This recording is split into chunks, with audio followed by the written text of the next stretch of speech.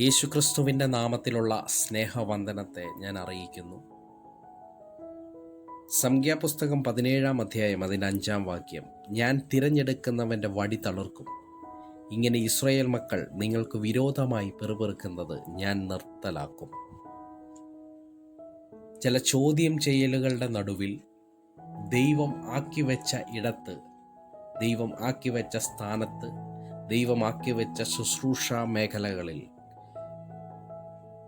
ആരെയാണോ സംരക്ഷിക്കേണ്ടതിനാണോ, ആരെ നയിക്കേണ്ടതിനാണോ, ഏത് ജോലി ചെയ്യേണ്ടതിനാണോ ദൈവം നിങ്ങളെ ആക്കി വെച്ചത്, അവിടെ നിന്ന് തന്നെ എതിർപ്പുകൾ, പിറുപിറുപ്പുകൾ നേരിടുന്ന ആരെങ്കിലും കേൾക്കുന്നുണ്ടെങ്കിൽ ഈ വചനം നിങ്ങൾക്ക് വേണ്ടിയുള്ളതാണ്. ഒരുപക്ഷെ തിരികെ സംസാരിക്കേണ്ടതിനോ കാണിച്ചു കൊടുക്കേണ്ടതിനായ ഒരു സാഹചര്യങ്ങളും നിങ്ങളുടെ മുന്നിൽ ഇല്ലാതിരിക്കുമ്പോൾ ദൈവത്തിനൊന്ന് പറയുവാനുണ്ട്, ഞാൻ തന്നെ തെളിയിക്കാൻ പോകുന്നു. സംഖ്യാപുസ്തകം 17-ാം അധ്യായത്തിൽ അഹരോനെതിരെ ഇസ്രായേൽ ജനം പിറുപിറുക്കുമ്പോൾ ദൈവം തന്നെയാണ് അഹരോനെ തിരഞ്ഞെടുത്തതെന്ന് ദൈവം തെളിയിക്കാൻ പോകുന്നു.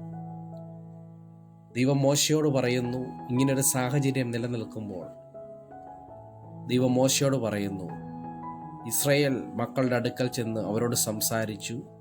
അവരുടെ ഗോത്രപിതാക്കന്മാരുടെ 12 ഗോത്രപിതാക്കന്മാരിൽ നിന്നും അവരോട് ഓരോ വടി വീതം വാങ്ങി, ഓരോ വടിയുടെ മേൽ ഓരോരുത്തൻ്റെ പേരെഴുതി, ലേവി ഗോത്രത്തിൻ്റെ വടിമേൽ അഹരോൻ്റെ പേരെഴുതണം. എന്നിട്ട് ഈ വടികൾ, ഈ 12 വടികളും സമാഗമന കൂടാരത്തിൽ ഞാൻ നിങ്ങൾക്ക് മുമ്പിൽ വെളിപ്പെടുന്ന സാക്ഷ്യപെട്ടകത്തിൻ്റെ മുന്നിൽ കൊണ്ടുവെക്കണം. എന്നിട്ട് യഹോവ പറയുന്നു, ഞാൻ തിരഞ്ഞെടുക്കുന്നവൻ്റെ വടി തളിർക്കും. ഇങ്ങനെ ഇസ്രായേൽ മക്കൾ നിങ്ങൾക്ക് വിരോധമായി പിറുപിറുക്കുന്നത് ഞാൻ നിർത്തലാക്കും. പിറുപിറുപ്പിൻ്റെ നടുവിൽ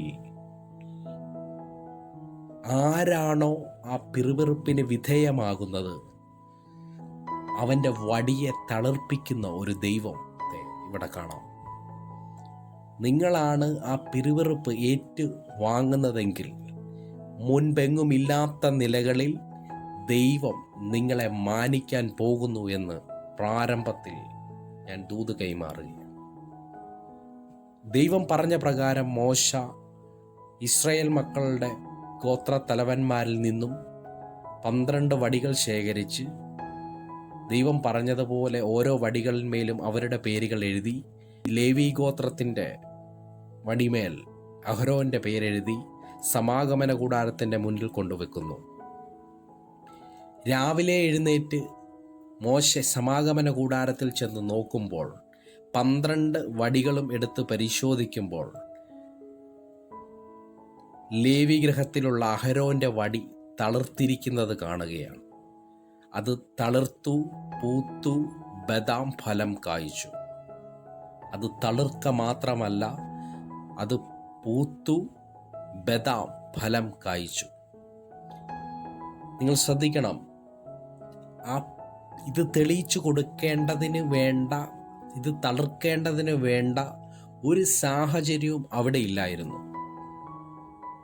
ലോകപരമായി വെയിലോ മണ്ണോ ജലാംശമോ ഇല്ലാതെ, അതും കാലങ്ങളെടുത്ത് തളിർത്ത് പൂത്ത് കായ്ക്കേണ്ട, ഫലം നൽകേണ്ട ഒരു പ്രക്രിയയെ ഒറ്റ രാത്രി കൊണ്ട് ദൈവ സാന്നിധ്യത്തിൽ നിയമപെട്ടകത്തിൻ്റെ മേൽ വീഴപ്പെടുന്ന ദൈവത്തിൻ്റെ തേജസ്സിന് മുന്നിൽ ദൈവം ഒരു രാത്രി കൊണ്ട് തെളിയിച്ചപ്പോൾ, ഇന്ന് ഈ വചനം കേൾക്കുന്ന ദൈവത്തിൻ്റെ പൈതലെ, നിങ്ങളുടെ മേൽ വ്യാപരിക്കുന്ന പരിശുദ്ധാത്മാവ്, ആ ദൈവ സാന്നിധ്യം ഇന്ന് ചിലതിനെ തെളിയിക്കാൻ പോകുന്നു. നിങ്ങൾക്ക് തെളിയിച്ച് കാണിക്കാൻ സാഹചര്യങ്ങൾ ഇതുപോലെ പ്രതികൂലം, ഒരു രാത്രിയിലാണ് ഇത് തളിർത്തത്. സാഹചര്യങ്ങൾ പ്രതികൂലമായി തന്നെയാണ് നിൽക്കുന്നതെങ്കിലും ദൈവത്തിൻ്റെ ഈ വചനം നിങ്ങളോട് സംസാരിക്കുന്നു. ആ പ്രതികൂലത്തിൻ്റെ നടുവിൽ നിങ്ങളോട് പിറുപിറുത്തവർക്ക് വേണ്ട മറുപടിയെ സ്വർഗം നൽകുവാൻ പോകുന്നു. ദൈവം മോശയോട് പറഞ്ഞു, ആ വടിയിൽ അഹരോൻ്റെ വടിയെടുത്ത് ആ വടി മത്സരികൾക്കൊരടയാളമായി സൂക്ഷിക്കേണ്ടതിന് സാക്ഷ്യത്തിൻ്റെ മുമ്പിൽ തിരികെ കൊണ്ടുവരിക എന്ന്. മറ്റുള്ള വടികളെല്ലാം സമാഗമന കൂടാരത്തിൻ്റെ വെളിയിലേക്ക് പോയപ്പോൾ അഹരോന്റെ തളിർത്ത വടിയെ സാക്ഷ്യപ്പെട്ടകത്തിൻ്റെ അടുക്കിലേക്ക്, സാക്ഷ്യപ്പെട്ടകത്തിൻ്റെ ഉള്ളിലേക്ക് കൊണ്ടുവയ്ക്കുവാൻ യഹോവയായ ദൈവം മോശയോട് കൽപ്പിക്കുകയാണ്. ദൈവ സാന്നിധ്യത്തിൽ നിങ്ങൾ ഒരു അടയാളമായിരിക്കും. ചോദ്യം ചെയ്യുന്നവരുടെ നടുവിൽ നാളെ ഒരു വ്യക്തി ചോദ്യം ചെയ്യപ്പെടാത്ത നിലയിൽ, നിങ്ങളെ ചോദ്യം ചെയ്യപ്പെടാത്ത നിലയിൽ നിങ്ങളെ മാനിക്കുന്ന ഒരു ദൈവപ്രവൃത്തി വരുന്നു. ഈ വചനം നിങ്ങൾക്കെന്നും അനുഗ്രഹമായി തീരും. ഈ വചനങ്ങളാൽ ദൈവം നമ്മെ എല്ലാവരെയും അനുഗ്രഹിക്കട്ടെ.